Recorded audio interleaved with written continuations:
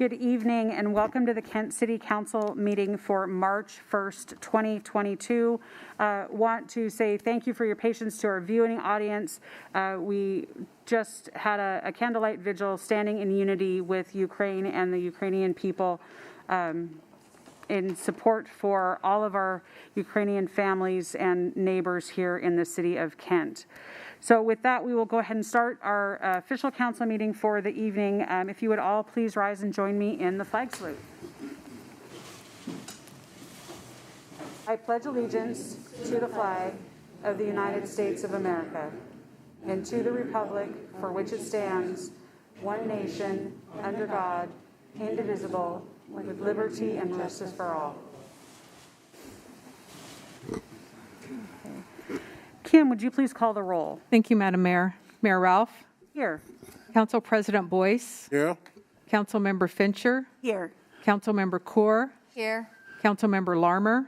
Here. Councilmember Michaud? Here. Councilmember Thomas? Here. Councilmember Troutner? Here. Thank you. Thank you, Kim. Item number 3 on our agenda is the approval of the agenda. Do we have any changes this evening? All right, I am not seeing any with that. A motion would be in order to approve the agenda as published. So move. Second. Got a motion and a second. All those in favor? Aye. Opposed? Motion carries. Agenda stands as published. Item number 4 on our agenda is public communications. We have several items this evening. Under public recognition, the first item on our agenda is the recognition of our Employee of the Month. Every month, City of Kent employees come together and they nominate one of their fellow coworkers for outstanding service, whether it be in a project or in their everyday work here at the City of Kent. Really, these are the employees that speak directly to our mission, vision, values, and goals here at the City of Kent. And it's always my honor to start out the beginning of each council meeting at the beginning of the month and honoring that Employee of the Month. For March 2022, our Employee of the Month is Josh Bava from our Kent Police Department. Josh is our March Employee of the Month, and he was hired on July 16th, 2007 as a probationary police officer. In 2015, he left the city but returned on June 1st, 2016, and he was promoted to his current position of sergeant on August 16th, 2018. As a sergeant, Josh is responsible for helping to protect life and property, enforce laws and ordinances, prevent and investigate crime. Josh is also the first line of supervisory personnel, which assists in directing a squad or section of police personnel in the performance of their duties on assigned shift or specialized non-supervisory police work of comparable responsibility. Josh was nominated because of his investigative approach that he implemented in partnerships he developed, leadership he has shown, and the results produced, as it has had a significant impact on the curbing of the illegal street racing here in the City of Kent and the crimes associated with it. Josh continuously embraces our values, and we celebrate him as March's Employee of the Month. I want to say congratulations to Josh. He has done significant work in the battle against street racing in the Kent Valley and has become a statewide and national expert. So we've got other police agencies coming to him to learn from the work that he's doing. So with that, I'd like to congratulate Sergeant Josh Bava as our Employee of the Month.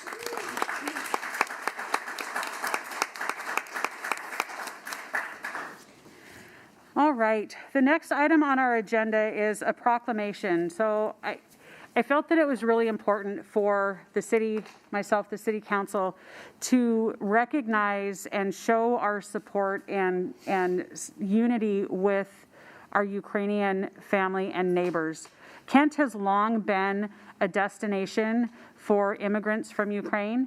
I can think back in high school when we had churches sponsoring Ukrainian immigrants coming to the city of Kent, and they've made Kent their home.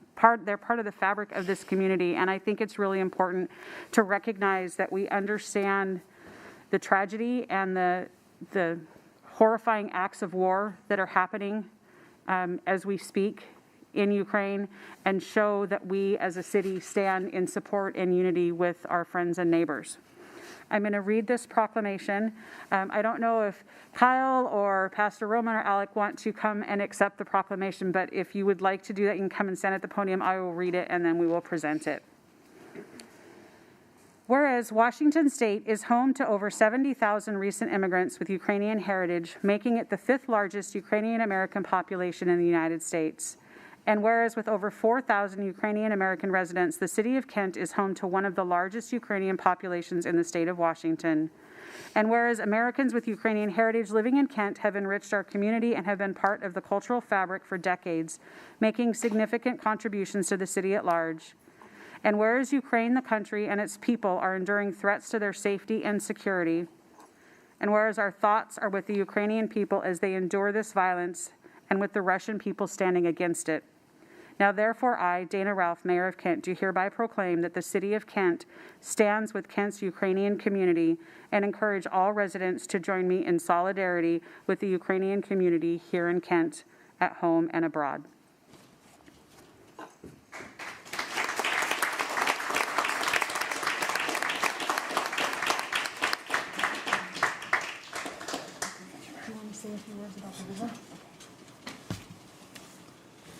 Dear friends, council members, City of Kent, speaking from all of our community, all of us who's here, want to say a big thank you. Your support of the city means a lot to us. It goes a long way. This friendship goes a long way, and we do believe that you will be there for us, and same as we will be there for you. If you will need anything from our community, feel free. You know where to find us. We truly appreciate the support. Thank you. Be blessed. Thank you. And I want to say thank you to everyone that came out tonight for the candlelight vigil. It speaks volumes to our Ukrainian friends and family, and that show of unity is so important as we stand beside our community members and friends as they are praying and supporting their friends and family in Ukraine. What we are seeing is absolutely devastating, and that support and those prayers are extremely important. So thank you all for coming out this evening. Know that the City of Kent stands with you.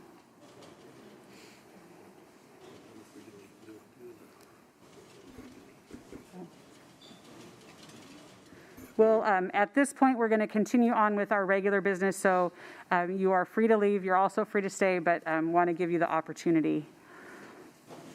Again, thank you so much.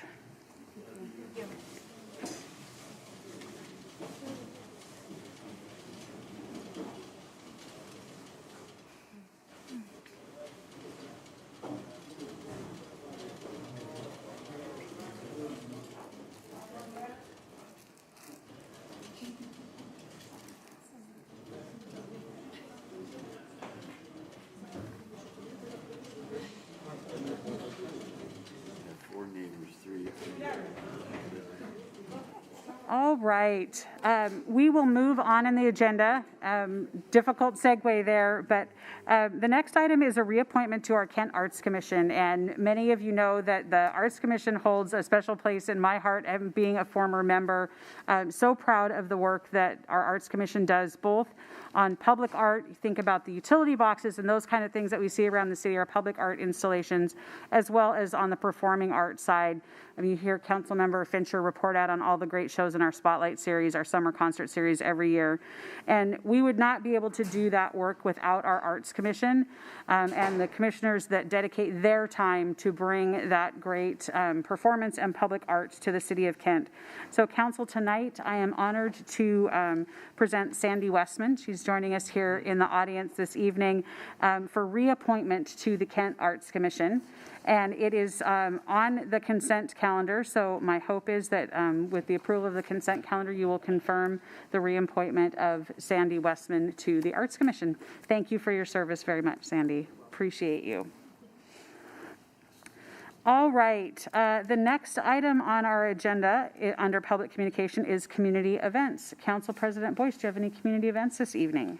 Yes, ma'am. Thank you, Madam Mayor. I'm going to talk about some of the events that's going on at the Acesso Showwear Center. So we have the Tacoma Stars versus the Ontarian Ferry. That's Friday, March 4th and Saturday, March 5th. We got the Seattle Thunderbird going to play the Tri-City American. That's Sunday, March 6th. We got the Seattle Thunderbird versus the Portland Winterhawk on March 11th. There's a Labor Council Career Fair going to be coming on Thursday, April 28th. We have another musical festival, Awaken, on Saturday, May 21st. They also just announced this new football league, Exley, is going to be making their debut on June 25th. There's a game between the Seattle Thunder and the Denver Rush. Ticket goes on sale March the 15th, so that should be fun. There are other events going on at the Accessory Showwear Center, so please go visit their website. It's www.accessoryshowwearcenter.com. Thank you, Madam Mayor. Thank you, Council President. Councilmember Fincher. Thank you, Madam Mayor. We have 2 Spotlight Series shows left, so you still have time to get your tickets and attend the first one, which is going to be Friday, March 18th.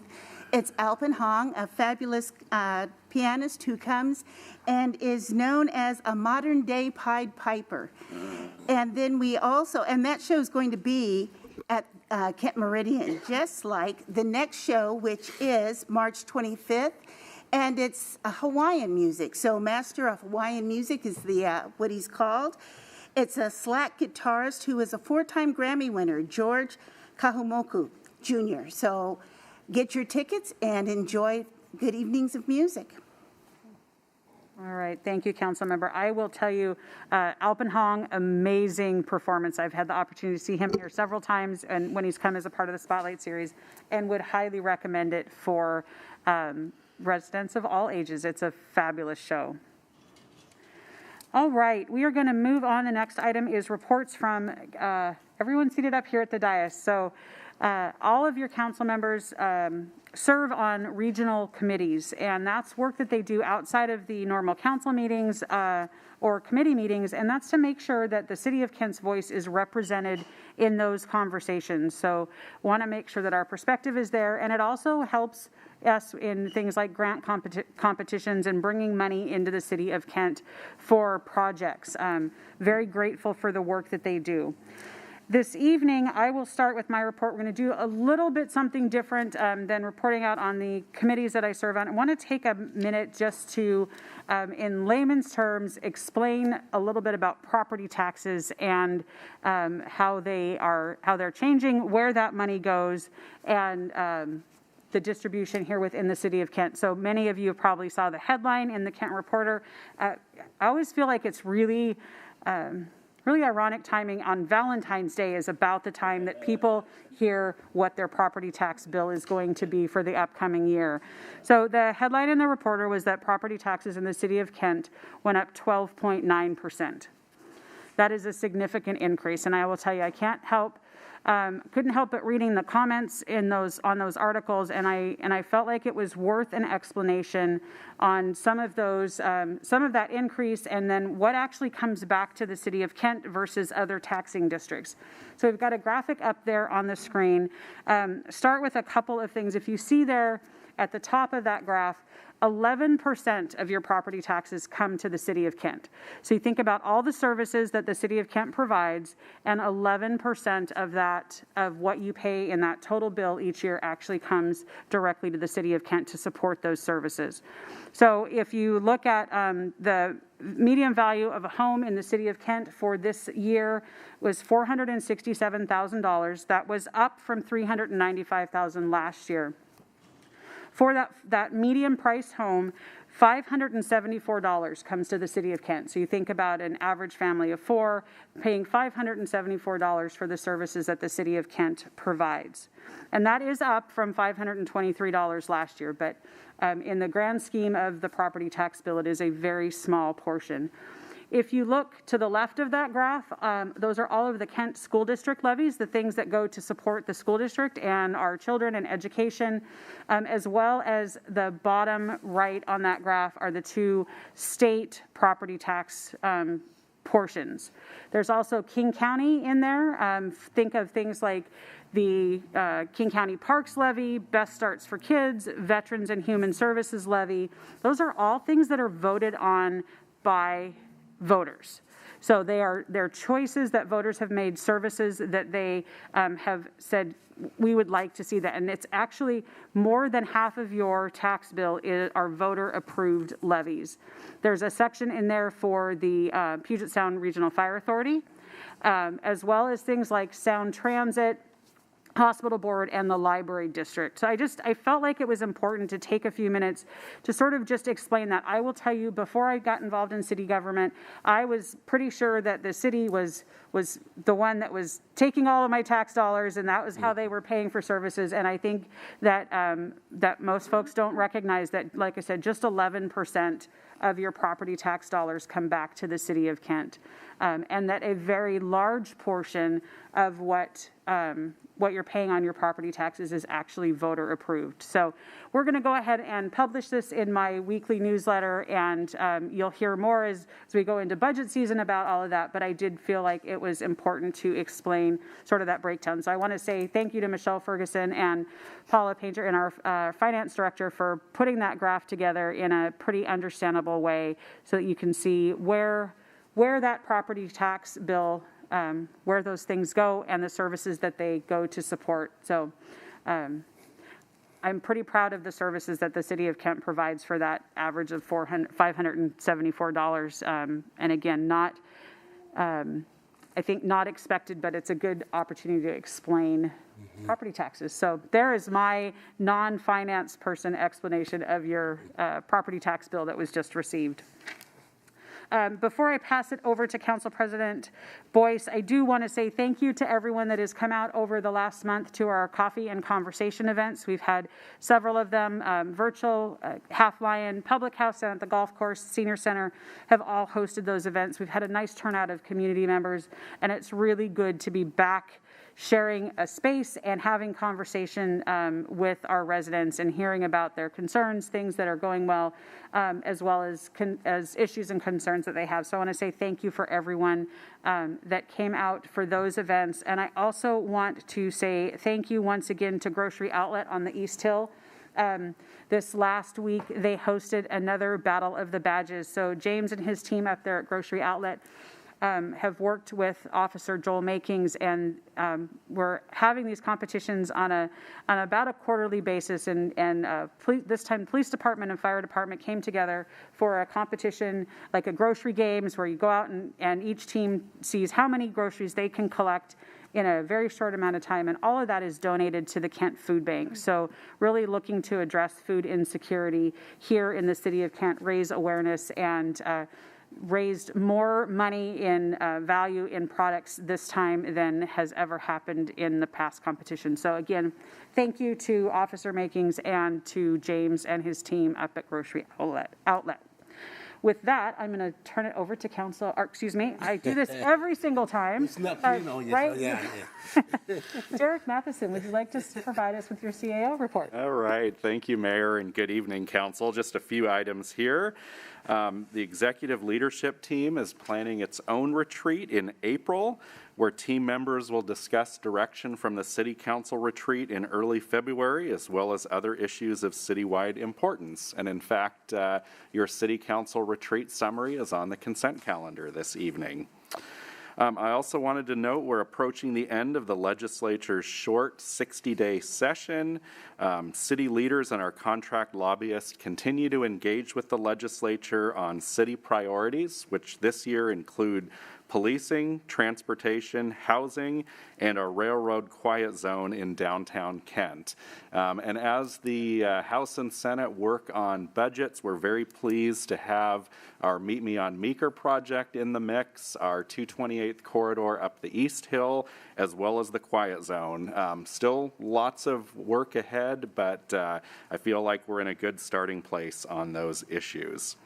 And then, as everybody is aware, that Governor Inslee and our County Health Officer, Dr.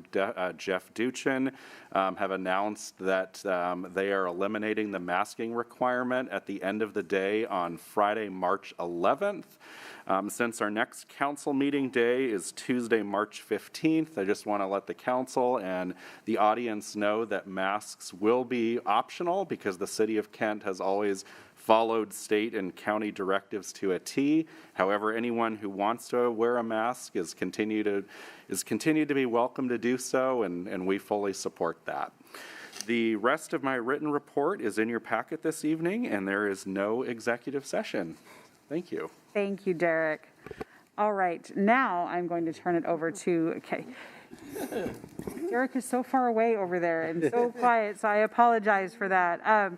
Council President Boyce. Thank you, Madam Mayor. I do want to make a comment also. I had the opportunity to speak to the citizen as well, too, and I thank Chief Padilla for being on the call with me. I only had like 4 people on the call, but it was very interaction, and it was really good. So I think some of my council members already participated on some of those, and I will hope we'll continue to do those. I think it will grow as time goes on, but it's just nice to have that small interaction, one-on-one type conversation, and it was very well received, and I had a good time. So thank you again, Chief, for being part of it as well, too.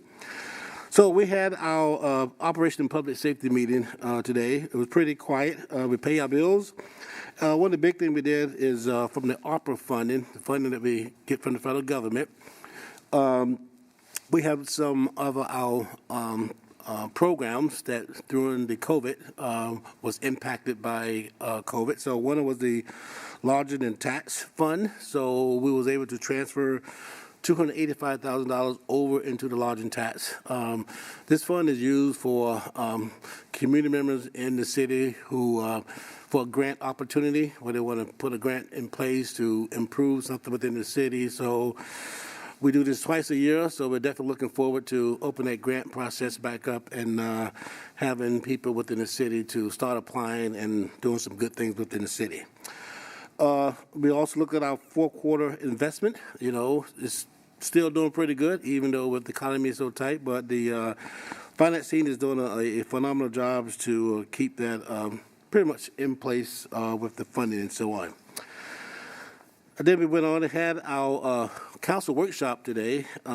It was a great council workshop. I think Human Service Report, I always get excited about some of the things that goes on at the Human Service, and called Building Community Resiliency, and Marina Hansen gave a great presentation about some of the things that we are doing in Human Service.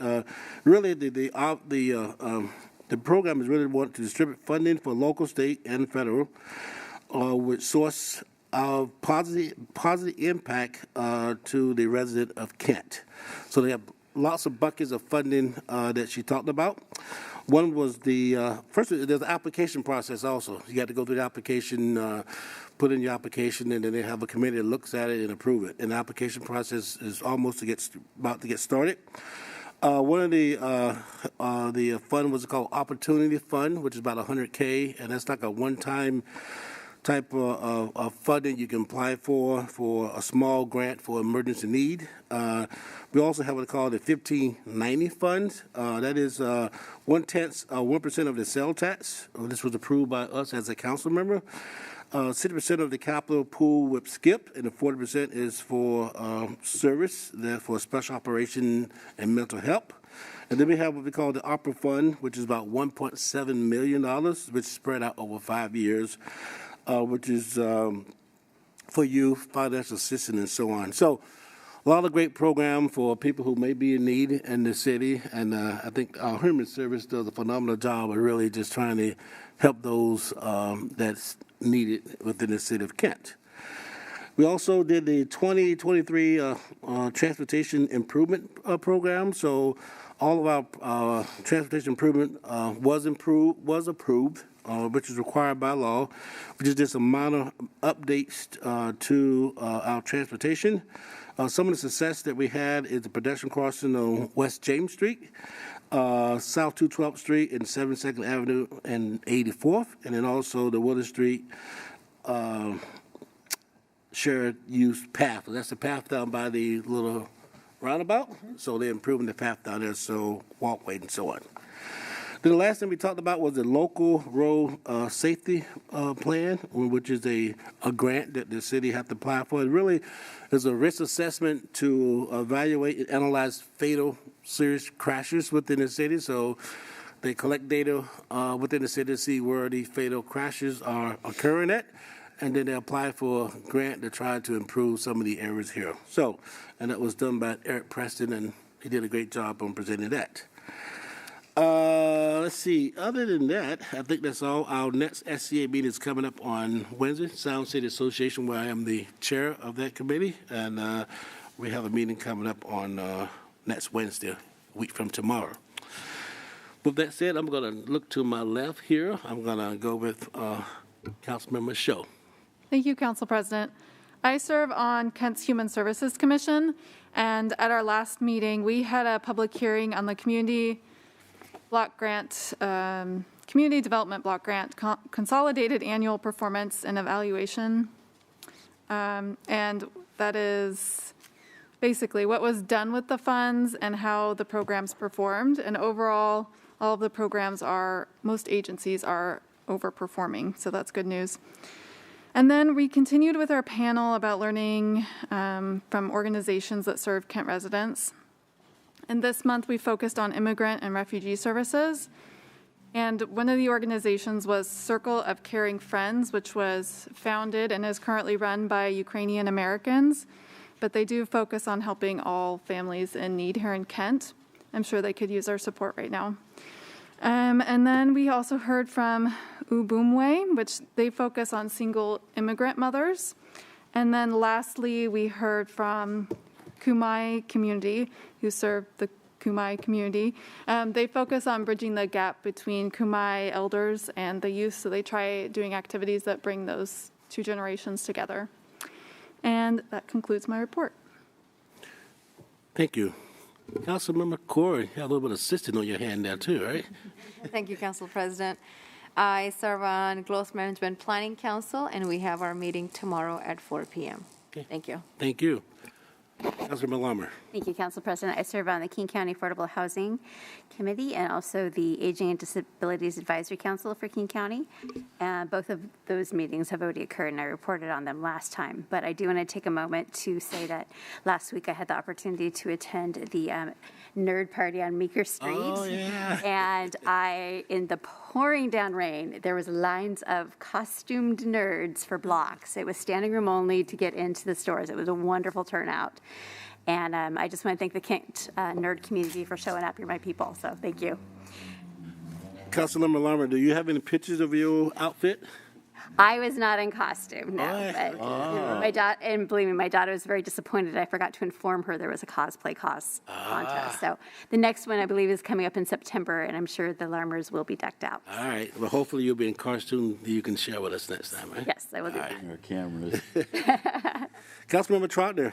Thank you, Council President. Just a few dates to share.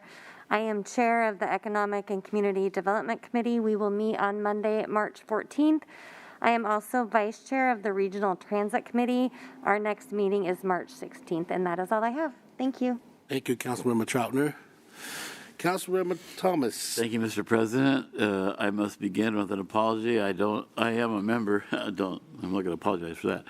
I am a member of the Puget Sound Regional Fire Authority, and as such, we have monthly meetings, of course.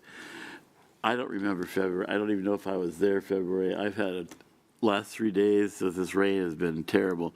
I will tell you, the next one is March 16th, however, 5:30 on Zoom. If you'd like to participate, it's 253-856-4300. So that part's okay.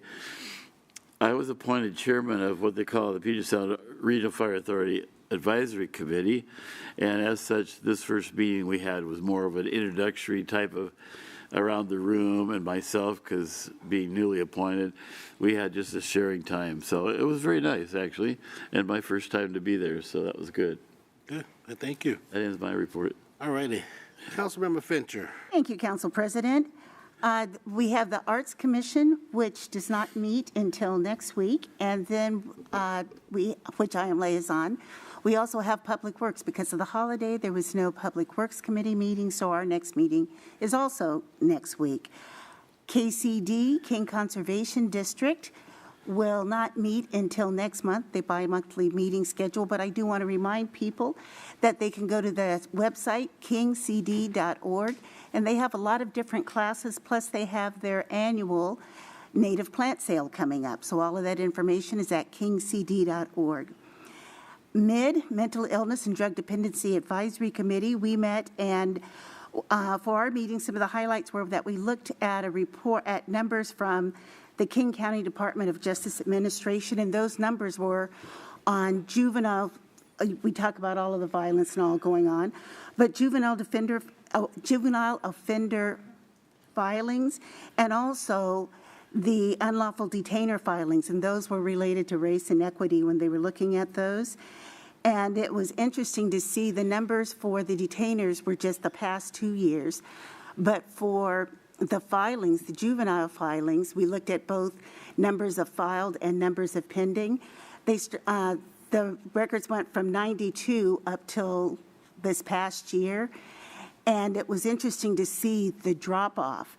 There was actually a very sharp drop-off initially for the number of filings, all the way down, filings from numbers of almost 5,000 down to about 350 roughly, so big drop-off. Anyway, we also have a training coming up. I mentioned the diversity and equity work that the committee is doing. So the Center of Excellence is going to do a training on the systemic causes of the relationship of the specific let me get this, the systemic causes of racism in relationship to healthcare, especially behavioral health. And so they will give examples, scientific examples of things like the relationship between the historical, the relationship, for instance, between the historical trauma that's been suffered by people and then how that plays out in their generations to come. And so they'll have some historical psychiatric studies, the words tonight. Let's see, historical psychiatric pseudoscience. They will be giving examples of that, and also, again, the generational effects, how that plays out. We know that a lot of the studies initially were done in the healthcare field when it comes to race and racial trauma, racial effects, everything from waiting time in the lobby when someone goes to the doctor to misconceptions, false misconceptions like black people have thicker skin, the blood is thicker, just all sorts of things that are really just crazy. Mm-hmm. But they will be going over all of that, and then also how that relates to treatment by race for especially black males and schizophrenics, who were labeled schizophrenics. But just anyway, looking at all of that related to race, and then also giving practices on how to look at things in a humanitarian way, and to act with compassion and connect all of those topics. We also had a police captain from Bellevue give a report on their program. So we're going to have our co-responder program. They have a co-responder program. They ran 3 separate examples, or 3 separate scenarios with different staffing, different hours and all. And they finally came up with one that will have 5 members, just as ours will have. And there was a good number of similarities. I'm not sure whether ours will have, I don't think we've talked about it yet, but whether our officer will be in uniform or out of uniform, who is with the health professional. But they ran that scenario both ways. Their goal, of course, was to help their community, to solve the problems which the community was talking about, to help the person who was being called, to decrease the number of referrals to both the justice system and to hospitals, which they did, and to be able to meet the need of the community, which they did. So good program, good report. I think it's called CCAT, C-C-A-T, for their community program. And I believe those were the highlights from that meeting. Thank you very much. Thank you, Councilmember Fincher. Very much appreciate that. Madam Mayor, ends our report. All right, thank you, Council President. All right, we will move on to the agenda. Item number 6 is a public hearing, and we do not have one this evening. Item number 7 is public comment. This is the opportunity for the public to speak to the council or the mayor on issues that relate to the business of the City of Kent or agenda items council will consider at this meeting. Comments that do not relate to the business of the City of Kent are not permitted, and additionally want to remind everyone that Washington excuse me, the state of Washington prohibits people from using the public comment period to support or oppose ballot measures or candidates for office. Kim, do we have any speakers signed up? I do not have anybody signed up to speak. All right. It's good practice to make sure that folks know that they're always welcome to come and provide public comment here at our council meetings. Item number 8 is the consent calendar. This is a compilation of work that the city council has done outside of regular council meetings at committee meetings. And they've had presentations, conversation, and it is moved out of that committee without controversy. We have a short consent calendar this evening. Is there a motion to approve the consent calendar? Thank you, Madam Mayor. I'd like to make a motion to approve the consent calendar, item A through D. Second. All right, we have a motion and a second. All those in favor? Aye. Opposed? Motion carries 6-0. With that, we will move on. Item number 9 is other business. We do not have any this evening. So number 10 is bids. We've got 2 bids this evening, and Chad Barron, our Public Works Director, will be presenting.